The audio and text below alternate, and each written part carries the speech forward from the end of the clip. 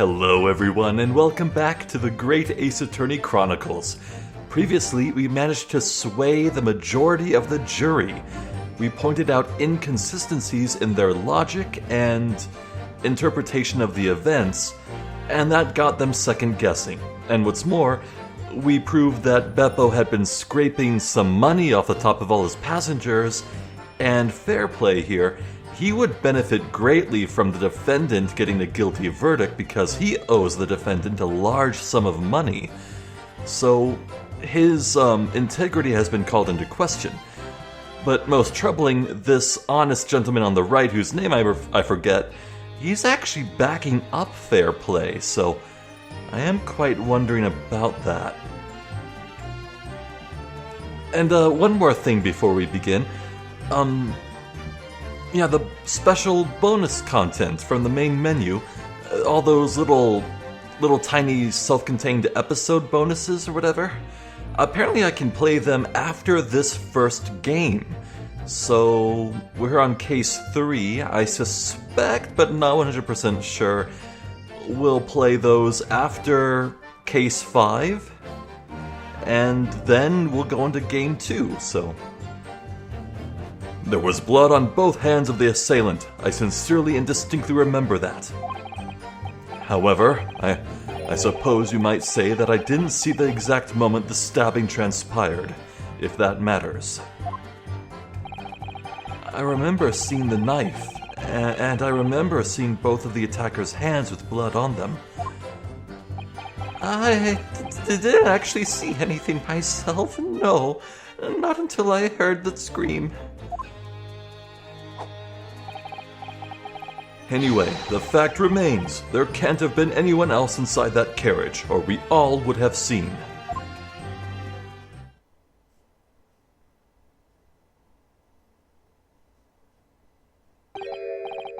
Well, lo and behold. In truth of fact, not one of you was witness to the crucial moment the crime was perpetrated. I apologize, my lord, but honestly...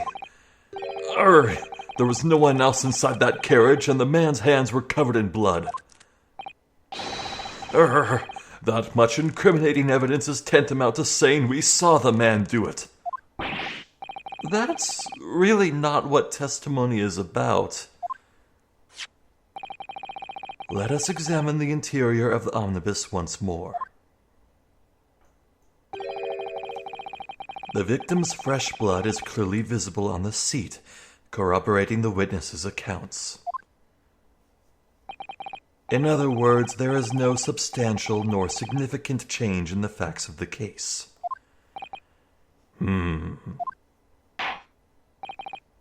Very well. Your cross-examination, please, counsel. Yes, my lord.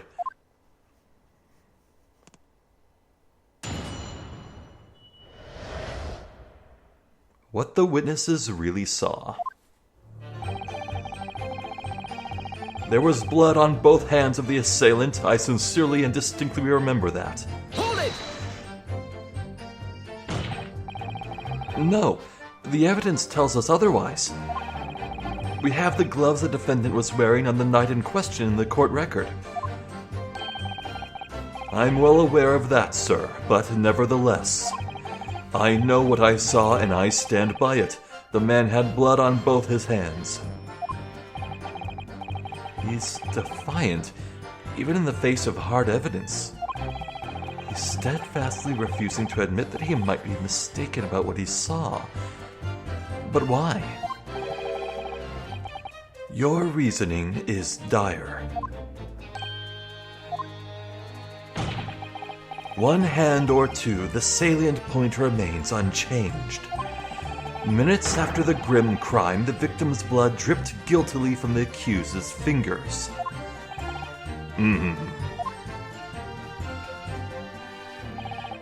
However, I suppose you might say that I didn't see the exact moment the stabbing transpired, if that matters.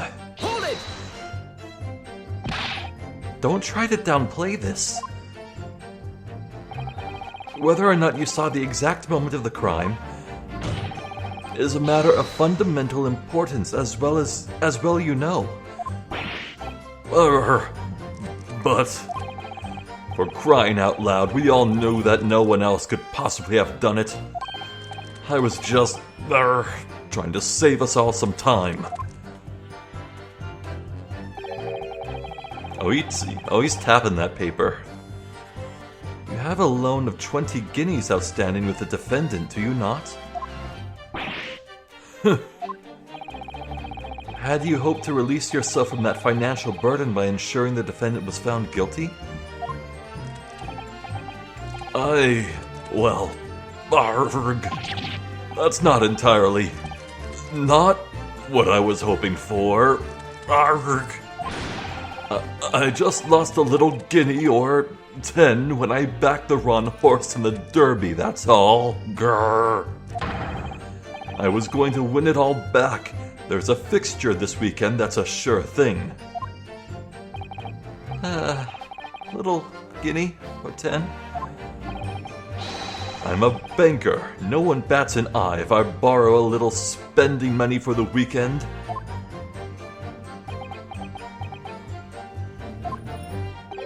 I think you may have revealed rather more about your character than you bargained for, sir. This witness's scruples are not on trial here. Proceed to the next witness. Is that really how it's supposed to work? I remember seeing the knife, and when I remember seeing both of the attacker's hands with blood on them. Hold it! You definitely saw that too. Blood on both hands. Yes, sir. I mean, I know what you're going to say. Only one of Mr. McGilda's gloves has any signs of blood on it. That's right.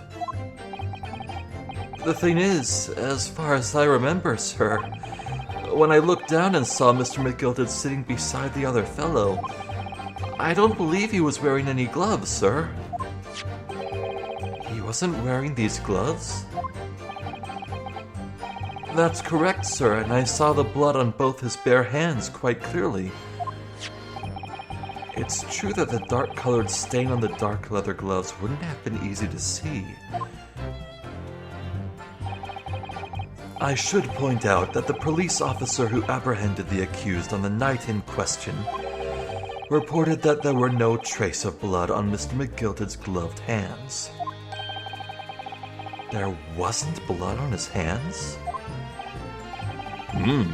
This is puzzling indeed. This must be significant somehow. I'm sure of it. Now, I know we looked at it earlier, a few videos ago, but I'd like to double check those gloves. The inside. Yeah, there's no dialogue for looking in there. Yeah, there's no trace of blood on the inside.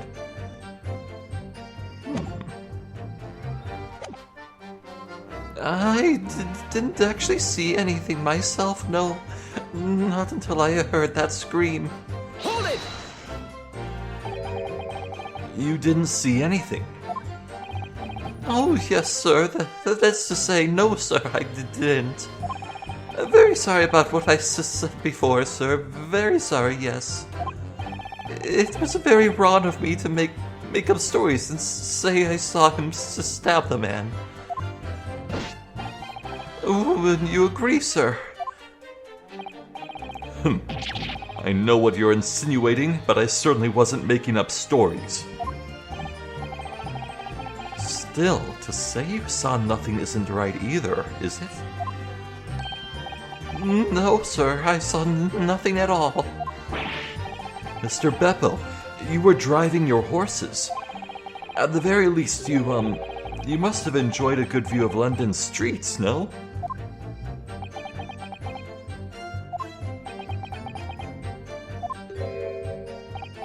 Oh, please, you didn't even see that? It was so cold that night, you see? It was all I could do to keep from passing out, sir. Yes, my head was fairly frozen solid. Sorry to say, sir. It would seem prudent to avoid travel on the last omnibus service of London's cold winter nights. Beppo! Ah! Anyway, the fact remains, there can't have been anyone else inside that carriage or we all would have seen. Hold it! And everything you saw of the incident was through the skylight on the roof of the omnibus? That's right. It was fiercely cold that night, but the glass wasn't frosted over. Oh yes, I remember I was shivering. It was so bitter. Which rather begs the question of why the pair of you were sitting on the roof deck in the first place. Well, I don't know about this, young fellow, but I couldn't enter the cabin. Oh? Why not? It was locked from the inside. I tried knocking, but no one opened the door. It was locked? That's right, and it's a public bus service for pity's sake. That's not what I call fair play. Badum-tish. Yes, I had exactly the same experience. I tried knocking, but the gent inside just gestured at me to clear off. So I had no choice but to climb up to the roof deck and look down longingly into the warm cabin below. Well, I can assure you I wasn't just looking down. I was glaring, long and hard. And that's precisely why I can tell you with absolute confidence that if there was anyone else at all in that cabin, I would have noticed. Unequivocal, I would say. I'm not sure about these two witnesses. Could they really have seen everything inside the cabin through the skylight? Question of the day. Let's take another look.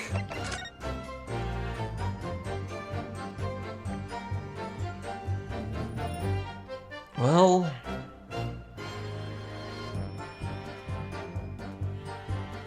no. The man sitting here on this bench would only be able to see this seat. The man sitting on this bench would only be able to see this seat. I don't believe it. No, I don't believe it. They might not have been able to. Allow me to confirm one thing, Mr. Fairplay.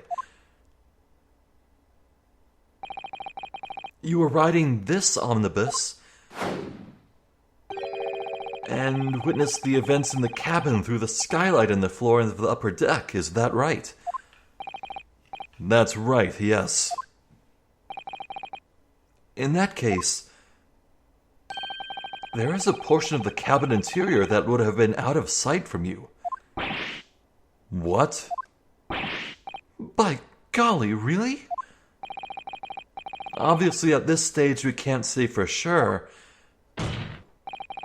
but the possibility cannot be denied. Oh, are they just going to bring up the hidden compartment?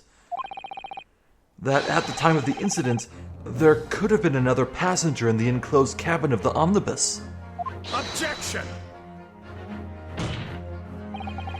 Enough hypothetical meandering, my Nipponese friend.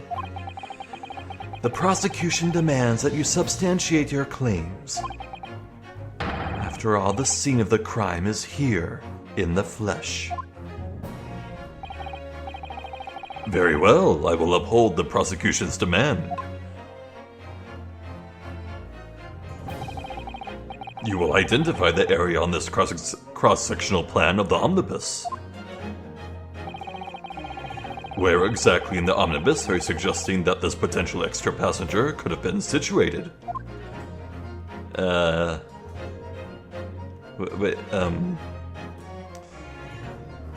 Which one was it?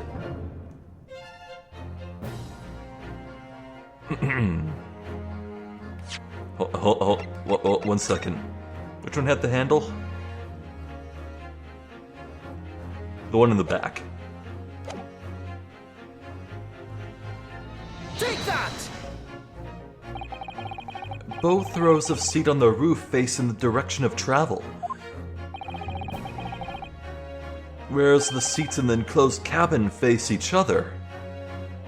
Oh, you're right, yeah, it's about this, not the compartment, no, which means the visible part of the cabin, which passengers on the roof deck can see through the skylights,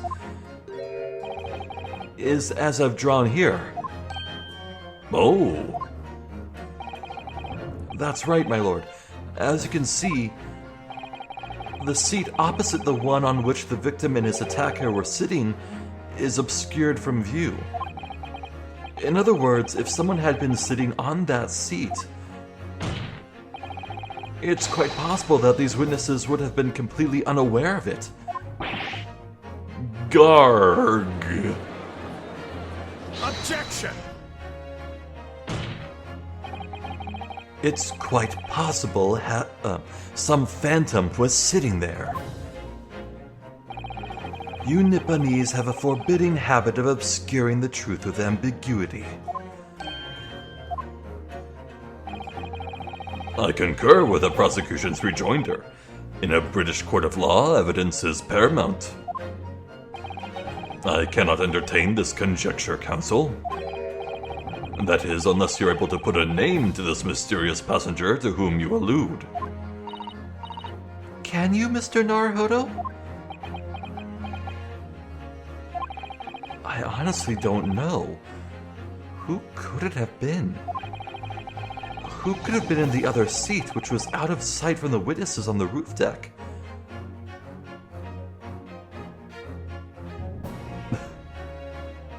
I don't know either. Hold on. Let's look at everyone in the profiles. Okay, so... Oh, also, yeah, this is a good time to bring it up. Male Strongheart. That's not manly man male. Male strong. No, it's maelstrom, like a storm.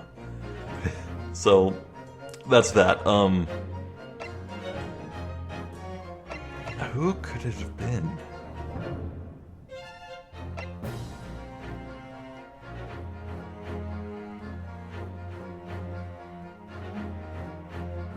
I mean, Beppo did just say he didn't see the road at all. But that would be absurdity. Maybe...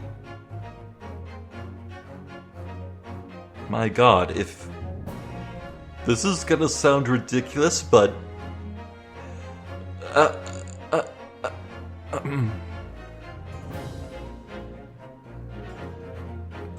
Maybe he's been doing this for so long that the horses know the routine and can go on their own?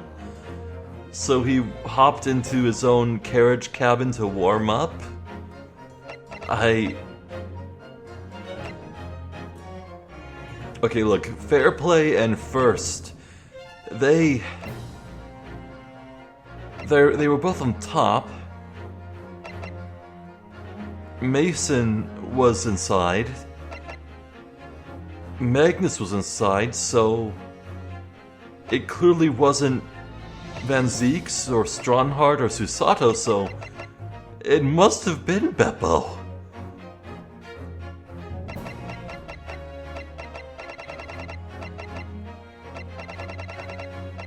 Well, if we back down, I don't know what else to do, so... Here we go, I have an inkling. I understand, my lord. The defense would like to put forward a name. You are a fool. Yes, it's in my name. Jester, yes. That response was a desperate attempt by a man who has no notion of his own limitations. A toast to hard lessons not yet learnt. Let us not delay, counsel. The defense is still to name the passenger on the other seat. This could be it. This could be the chance I've been waiting for to turn the trial in my favor. On that night, on the night of the murder, The person occupying the seat in the omnibus cabin that was obscured from view was...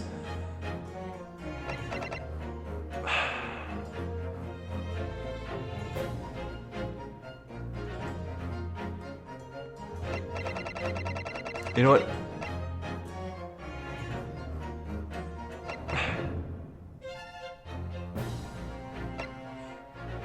I actually am thinking twice here. I want to say Magnus McGilded was in the seat they couldn't see. After all, this would work directly towards absolving him of any guilt.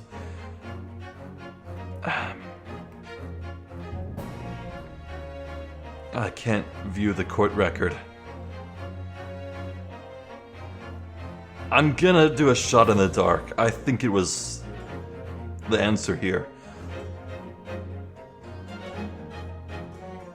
We'll say that Mason was sitting opposite Magnus, and the stabber, the person that they thought they saw, was the unknown third person, not McGilded. Take that!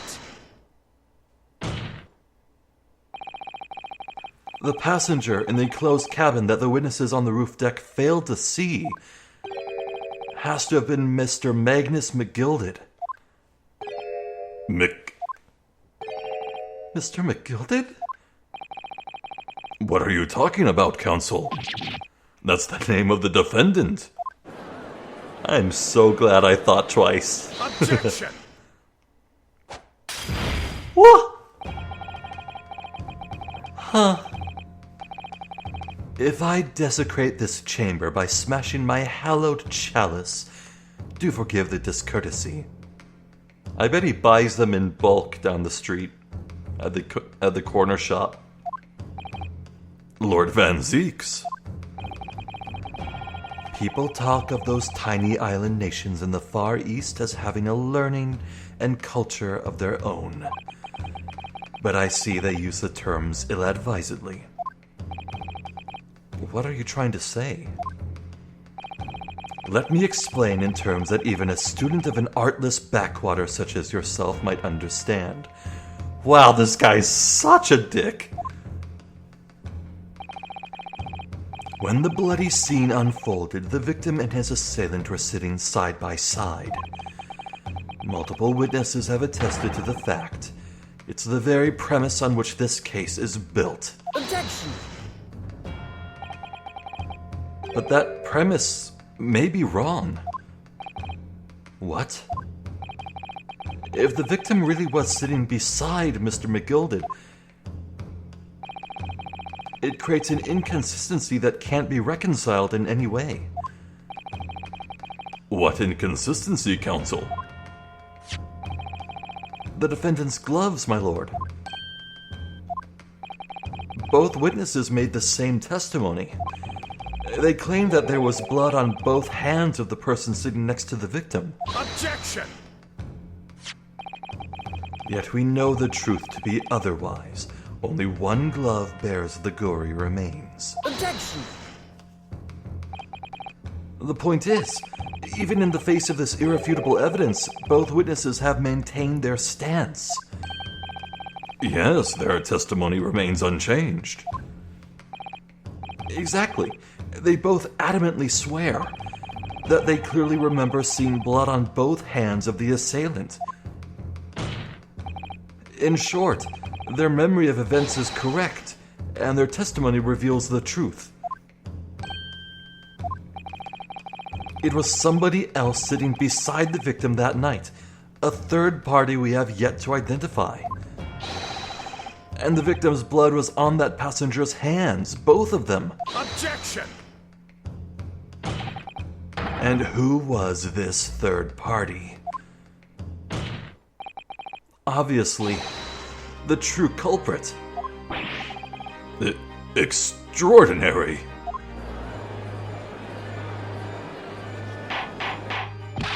Order, order, order. What exactly are you postulating? Objection! The defense's postulation is just that, nothing more than conjecture. The witnesses have clearly stated that they saw the accused. Objection! But when elaborating on his testimony, Mr. Fairplay said the two of them were wearing hats and I couldn't exactly make out their faces. Yes. The tops of their heads were obscured by the roof. I could see the rest of them, though. Yes, that's right. Both gents were most certainly hatted. Hatters do tend to notice such things, sir. And what particular styles of hat did the two gentlemen sport, Mr. First? I'm afraid I don't remember. And you call yourself a hatter? The style of hat makes no difference. There was no third passenger in that cabin. How can you be sure? Because if there had been, the accused, Mr. McGilded, would have undoubtedly have offered to dispose the fact. Unless, that is, you are proposing an even more preposterous explanation. That the accused failed even to notice the presence of the true culprit in the very cabin in which he traveled.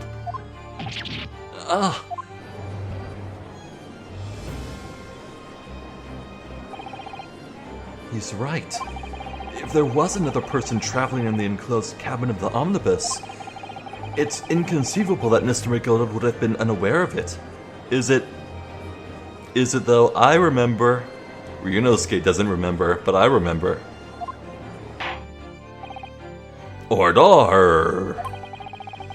There is clearly a simple solution to this problem. Bring the accused, Mr. McGilded, to the stand. Well, what say you, counsel? The prosecution objects, my lord. On what grounds? As a suspect, he will have already made a full statement to the police. But what if there's some reason why he's unable to speak freely?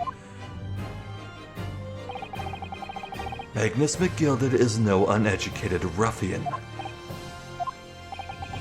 If it indeed turns out the man has been withholding information, you can be sure it will have been a most deliberate act. Counsel for the defense, what is your opinion? My lord, should we ask Mr. McGilded to testify? Or not?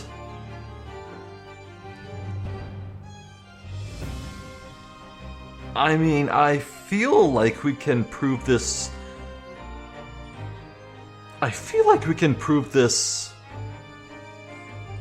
without it. We just say, remember, he said he was asleep.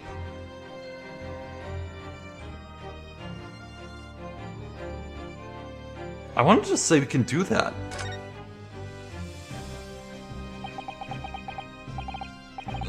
I can't get the words out. I understand, Mr. Naruhodo. The idea that Mr. McGilded may be hiding something must be playing on your mind. The truth could be far more disturbing than we realized.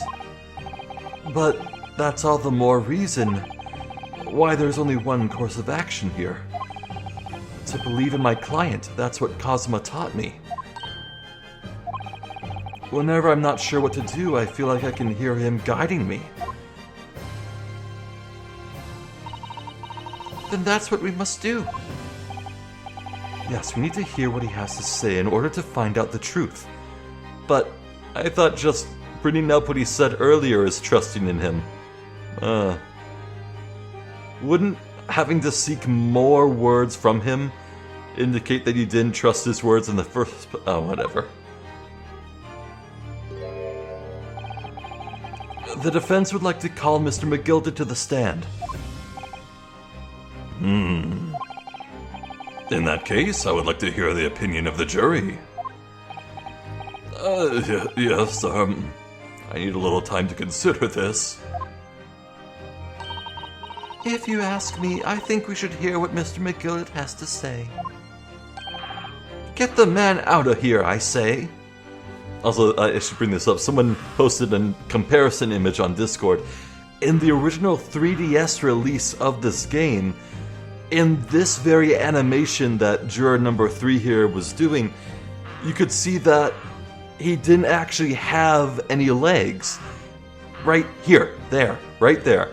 At that moment, right here, you could see that he didn't actually have any legs and was just a floating torso. It's pretty funny, but they fixed it for this, thank goodness.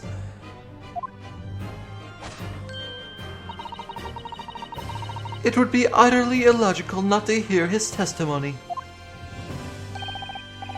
When something needs doing, get it done. That's how I run things at the guild. Hearing what the patron of my favorite little park has to say? Oh yes, that would be lovely. Yes, the jury says the man must be heard. Very well. The court will hear the defendant's testimony. Bailiff, show the defendant to the stand at once.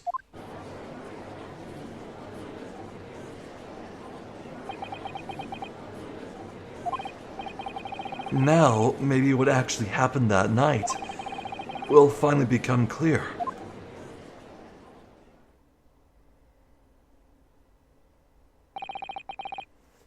Let proceedings be resumed. Mr. McGilded, have you been listening to the discourse of the day? To be sure I have, my lord. There are now 2 matters on which the court desires to hear from you.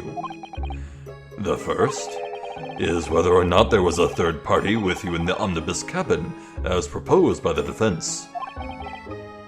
The second is that if such a person was indeed present, why did you conceal that fact from the police? Begad, no, 'tis not in my nature to hide anything at all. Just answer the questions, please. The truth of the matter is, I've been desperate about this all along. Do I tell yous all, or keep me mouth shut? Tell us what, Mr. McGilded? The fine fellow representing me is absolutely right. In the carriage on the night when myself and the other man, there was another passenger. It's true. Aye, and 'twas me who helped the little urchin get away after it all happened. Little urchin? You... What?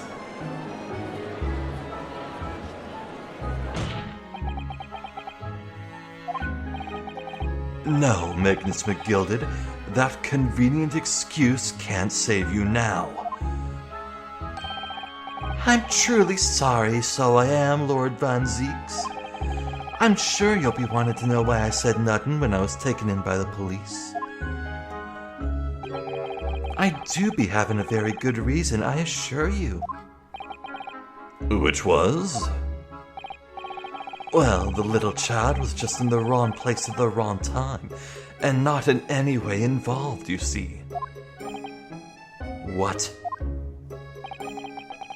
If the police had known the wee one was there, they'd have assumed she'd done it. They'd have hauled her into this here courtroom just like myself. I was only trying to spare her that. Young hearts and young minds are easily damaged, my lord.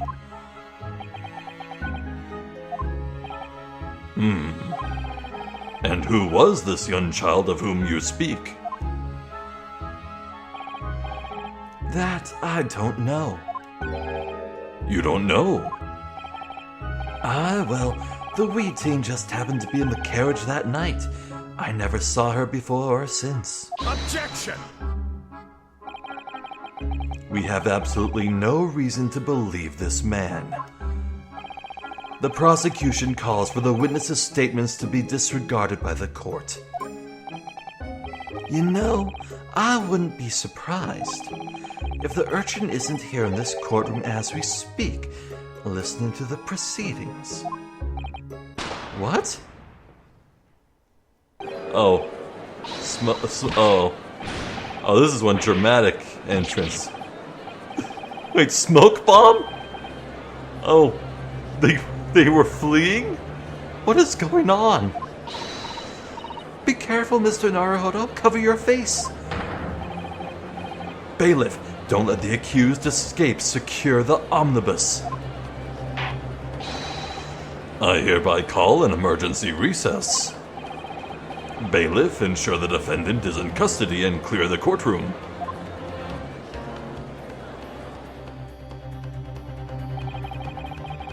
We were hurriedly removed from the smoke-filled courtroom by the bailiff. Amid scenes of chaos as people stumbled over one another in their desperation to flee the chamber. We had no idea what was happening. All we knew was that, for the time being at least, the trial was suspended. Huh? This is really unexpected. Huh. Huh.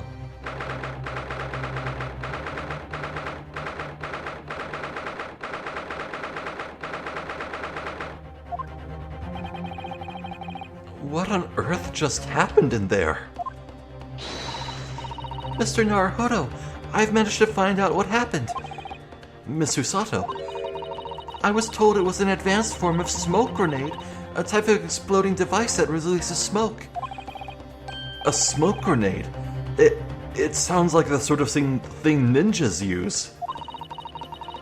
They're just making sure everything is safe now. I think the trial will start again before long. But who would have done something like that? The police managed to catch someone who was trying to flee the courtroom, apparently. Flee the courtroom? Why? Well, it's a young girl of around 15, I hear. Uh-oh. That's weird little girl age. Uh-oh. A young girl, then? Could it be? The other passenger that Mr. McGilda was just talking about? My thoughts exactly. So he wasn't lying. Oh, what's become of Mr. McGilded, actually? There are so many things I need to ask him about, but he's not here. I think he was summoned to the prosecutor's antechamber to answer questions. Along with a young girl. Who is she, I wonder? And what was she even doing here at the trial? She was taking a huge risk, and for what possible benefit to herself? There's another matter that's troubling me. What's that? The 20 pence. Uh-huh. Oh,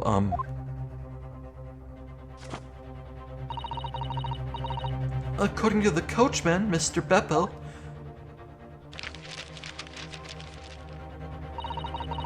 he took 4 passengers that night at a fare of 5 pence each. That comes to a total of 20 pence exactly. But now it seems there were in fact 5 passengers. Which means the figures don't seem to add up again. She's right. That is strange. Maybe minors ride free. Counsel for the defense, kindly proceed into the courtroom. The trial will recommence in 5 minutes. Oh, thank you, officer. We'll go in straight away. Well, whoever she is, I imagine this young girl will be asked to take the stand and testify now. I really can't imagine what she's going to say, but it could alter the whole direction of the trial. We'll know soon enough, Miss Susato. Yes.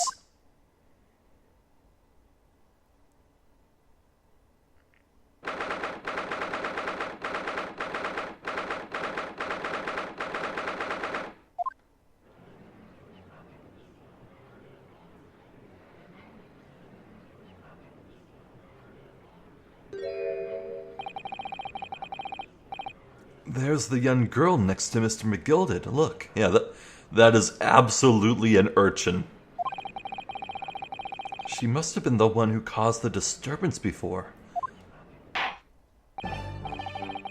Well, after that rather eventful recess, the court will now resume the trial of Mr. Magnus McGilded. Now then, Lord Van Zeeks. My lord. I believe you have established the cause of the smoke which veiled proceedings earlier. It seems to have been an advanced form of smoke grenade, of the sort typically employed by the army. Good gracious, the army! What in the devil's name? It was an elaborate attempt by a young girl to cloak her escape from the public gallery, but she was caught, and now occupies the stand. Your name, girl?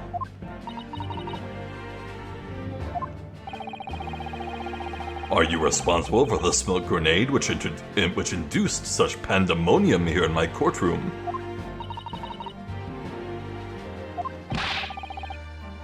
What is the meaning of this deplorable behavior? Ahem. If I may, my lord. Yes, Mr. McGilded?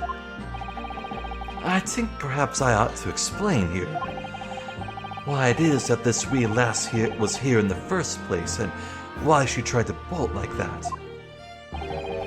'Tis all tied up with the events of that night, so it is.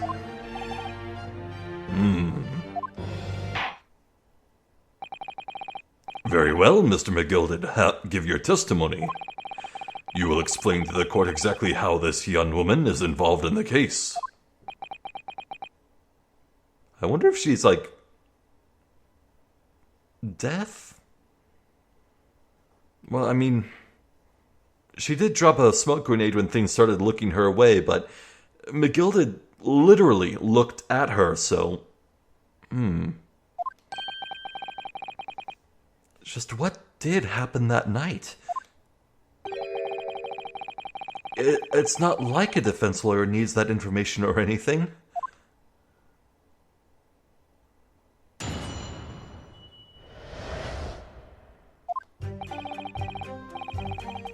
On the night in question, I took the back seat in the omnibus and promptly nodded off. Then, begorra, a loud thud and a wee scream woke me up with a fair start. There was a fella collapsed on the floor at me feet, so I sat him up on the seat across from me. Then I turned to find out where that scream had come from, and bless my soul, what did I find? There was a child in there, all curled up in a ball, hiding her wee self away. I'm starting to think this guy is supposed to have like an Irish accent.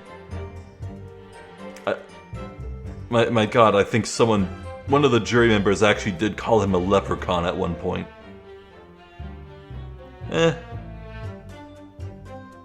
I will not subject your poor, sensitive ears to my horrible Irish impression. Actually, come to think of it, I don't think I've ever actually done an Irish impression in my life. You have to understand, before I started Let's Playing these games, I've never imitated accents, like ever. I've had no reason to. I just speak in my own accent. Oh jeez, yeah, whatever.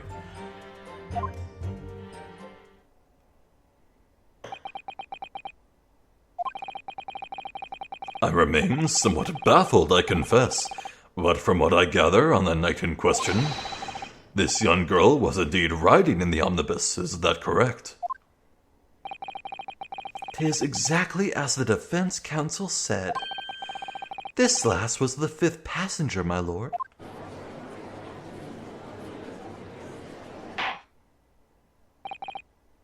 Very well. The defense may now cross-examine the witnesses.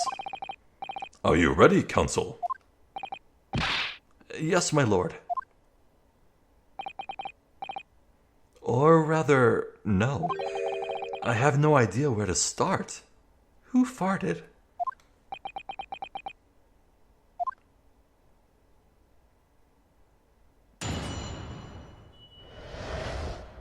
Yeah, I may never do, like, imitations of accents, like, outside of Let's Playing or whatever. But I sure do like listening to accents. Irish accents are great. Scottish accents are great. I really like Indian accents. The Indian accent is really cool. Love that sound. And on that note, you ever just think about really weird things sometimes? Me, I wonder about language and accent combinations I have never heard before in my life. What does Japanese sound like in a thick Scottish accent? What is that even? Like, you could really get crazy with the combinations. Like, I swear, there's so many combinations you or I have never heard of. Let's do, like, actively go seek them out.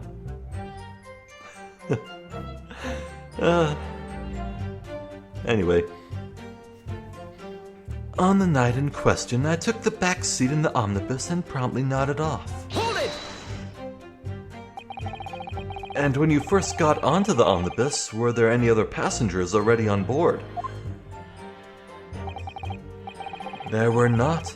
The cabin was empty, and there was no one on the roof deck either.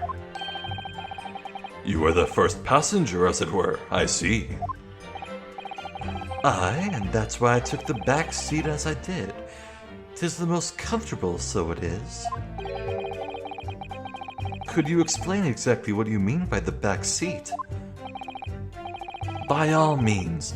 'Tis how you already described it earlier. I'm talking about the seat opposite the one in which the poor gentleman who was stabbed was sitting. Like I said, 'tis the most comfortable and where I feel most at ease. And of course, I enjoy gazing through the skylight from time to time as well.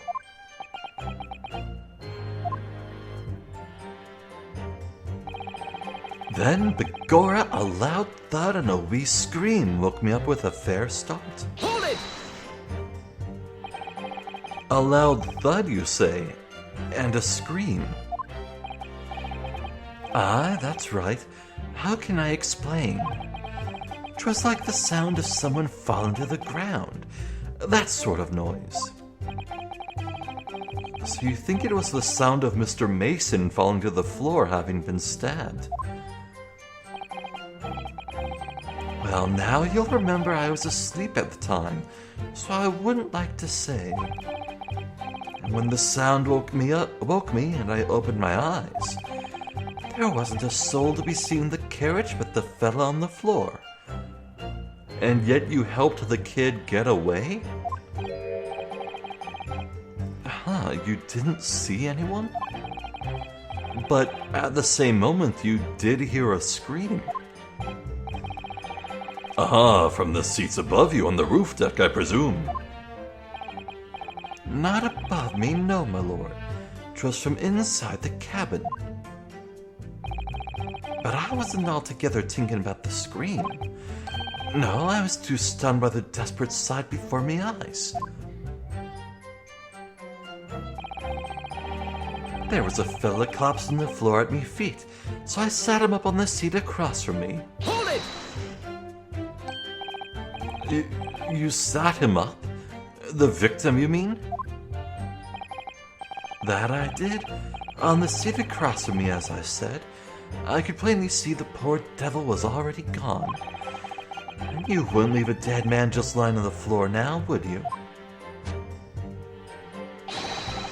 'Tis common courtesy, so it is. I find that a little hard to believe. Our Lord Van Zeeks, now why would that be? You wake to find a man lying dead at your feet in a carriage. Any normal person would hail the cabman. Any upstanding member of London society, that is. Well, now, as you know, I'm in something of a special line of business. The business of lending money at exorbitant rates of interest. Unfortunately, my lord, not everyone is thankful for the help I offer them, and some would even see me dead. So I do try, where at all possible, to avoid getting myself in a tangle with trouble. Are you suggesting that you were just going to leave the man there? Heavens alive, no! I was always intending to report it, so I was. Only I had a mind to find out the whys and wherefores first. The whys and wherefores? Right you are. There were some details I wanted to understand before anyone else got to meddling. That wee scream I heard, for example. Wouldn't your good self do just the same? Yes. The scream he says he heard at the same time as the thud of the victim collapsing. Then I turned to find out where that scream had come from, and bless my soul, what did I find? Hold it!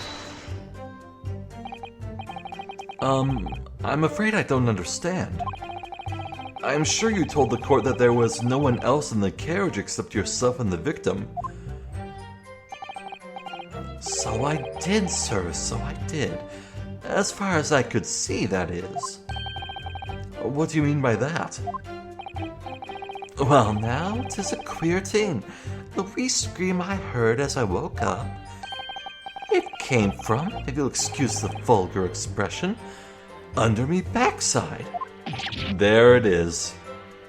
Good gracious. Under your backside? And when I lifted the seat on which I'd been sitting, I found there was a wee cubbyhole there for storage. Mr. Naruhodo, we can examine the omnibus ourselves, remember? Yes, of course, the whole bus was submitted as evidence. This would be a very good time to have a thorough look around inside. And that's when I found her. There was a child in there all curled up in a ball, hiding her wee self away. Oh, whoops. I do wonder how you must be feeling, Mr. Naruhodo. Being the defendant's lawyer, and yet finding myself as stunned as everyone else at his testimony, let's just say it's trying. We certainly had precious little time to talk to Mr. McGill did before the trial. But we mustn't be dispirited. We must just try to learn all the facts we can. When we arrived in London this morning, I didn't see my day panning out like this. Mr. Naruhodo, no grumbling, even in your head. How do you know? Right, we need to press that last thing. Hold it! You say she was hiding herself? Aye, that's right. 'Twas hard to see in the dim lamplight, but she was all curled up in a wee ball. When our eyes met, well, me heart nearly stopped beating in me chest. You're really overacting this. Still and all, I pulled her out from under there, and sat her on the seat opposite so I could have a wee chinwag with her.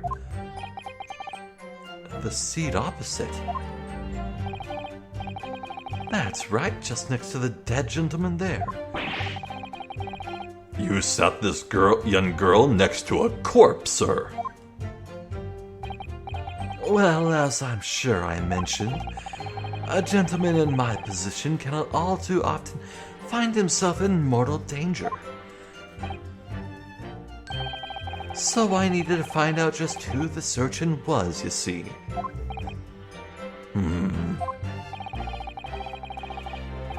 And while I was in the middle of talking with her, I heard another scream. A fellow's voice this time. Presumably that scream was from Mr. First, who was sitting on the roof deck seats. Right you are again, I would say, sir. Looking down through the skylight, he must have seen this young girl and the gentleman with a knife in his belly. In other words, the previous witnesses did not in fact see you at all, Mr. McGilded.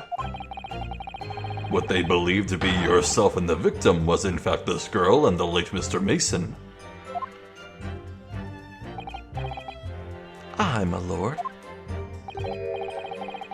I was, as I think everyone understands now, sat at the back of the carriage out of sight.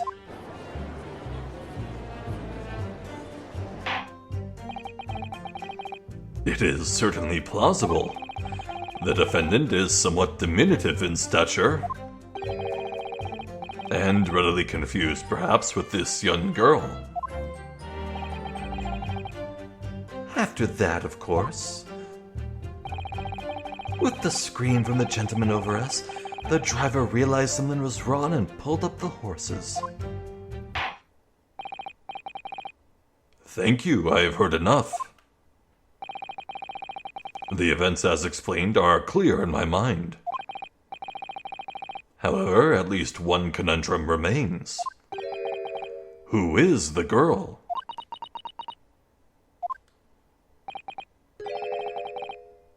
Her name, Sorry, I was already mentally preparing to voice her. Her name is Gina Lestrade, my lord. Let's trade? Lestrade? Let's trade, maybe? Let's trade spots? Let's trade seats? She's a chancer, earns her crust among large crowds, relieving people of their purses. What's commonly called a pickpocket. What? This girl here, a petty thief.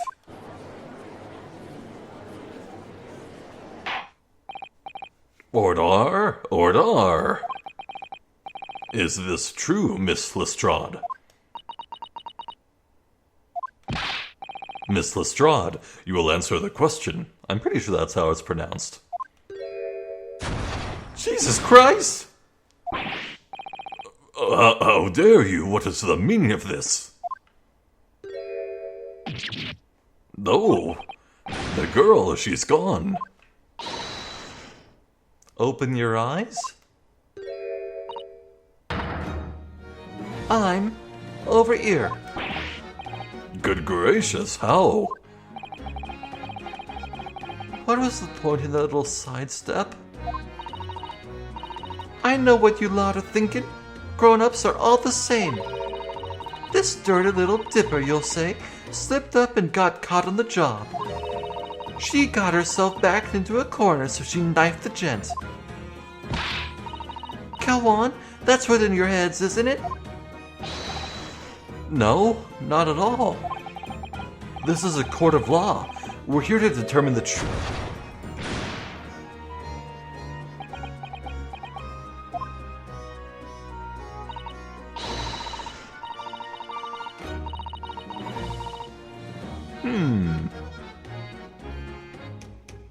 I can't help but remember that coin that McGilded tossed to Ryunosuke, the gold coin. Here's another gold coin. Oh, there's definitely some meaning behind this. Look, knives are for cowards. Only thugs use weapons like that. All I need for what I do is these fingers. I'm a professional, all right. Maybe not in your eyes, but I got pride in what I do. Let me guess. You don't count smoke guns among weapons for thugs. Oh, this? Yeah, this was in a bag I lifted the other day. Down where they keep the four-wheel drags. Wait a goddamn second. I've seen that pattern before. I've seen that smoke before. I've seen that brass before.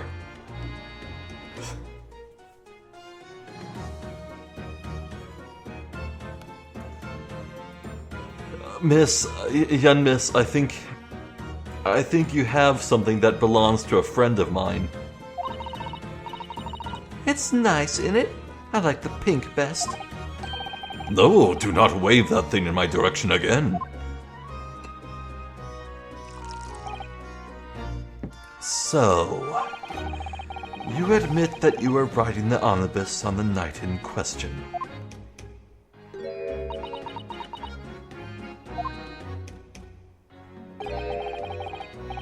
'Tis all right, lass. You can tell them the truth now. See, my interpretation of McGilded as, like, having this sort of seedy, slimy, backstreet thug demeanor to him, it really gels with Gina here. I like it. Alright, yeah, just like the Irishman said. Oh, well, there you go. The court accepts this girl, Miss Gina Lestrade, as a valid and significant witness in this case. Accordingly, young lady, we will now hear your testimony, if you please. You will tell the court exactly what happened in the omnibus on the night in question. Alright, if I have to.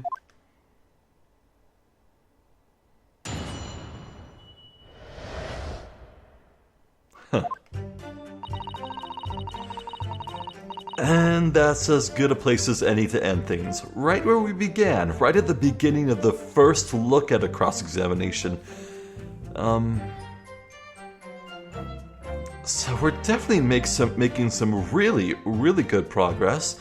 I'm very pleased we have not received a penalty just yet.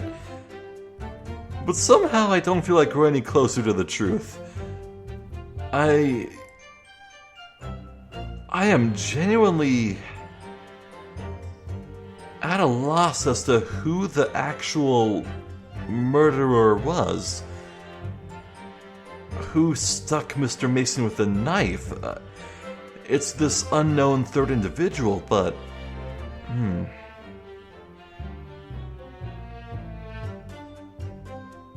You know, there's one big thing that's bothering me here. Gina, she screamed. Mason hit the floor of the carriage, and she screamed.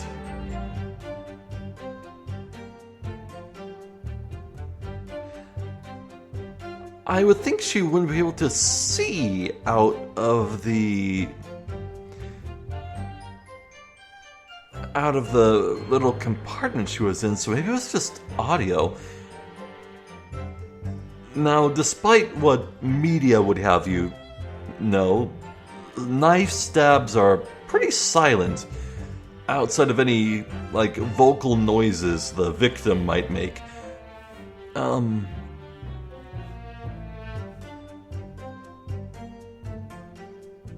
I suppose it's possible she heard some sort of little scuffle that happened, followed by the big thunk of a body hitting the floor. But is that really what she would interpret as having happened? Well, all these questions, all these mysteries, that's exactly why we're cross-examining her, isn't it? We need to learn more. For sure. Well...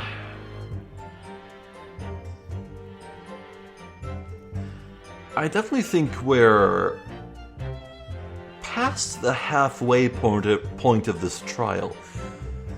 Maybe, unless there's some huge revelation that'll come to light. And so we're probably due for more shenanigans with the jury soon-ish. And to that end, I actually had a pretty big thought. So, if 6 jurors, all 6, add their flame to the black scale, and that causes the judge to declare guilty, wouldn't the opposite be true? What if we win over every single juror unanimously as not guilty in the white scale?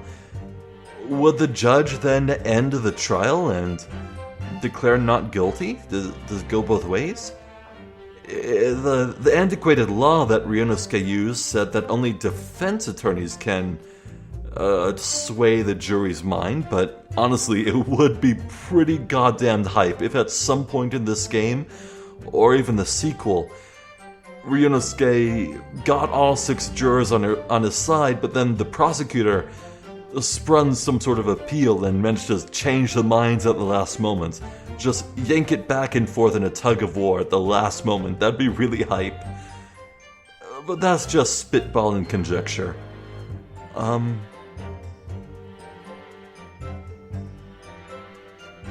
Yeah, not too much else to say, I think. Still really enjoying my time. Can't wait to see what the hell is gonna happen next.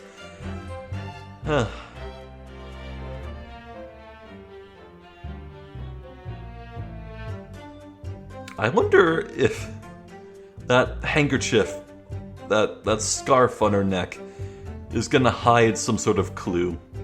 You never know. There could be bullshit under there. I don't even know anymore, man. I'm Zephyr the Jester. This has been more The Great Ace Attorney Chronicles. Thank you for watching, and hopefully I'll catch you next time. So until then, please take care.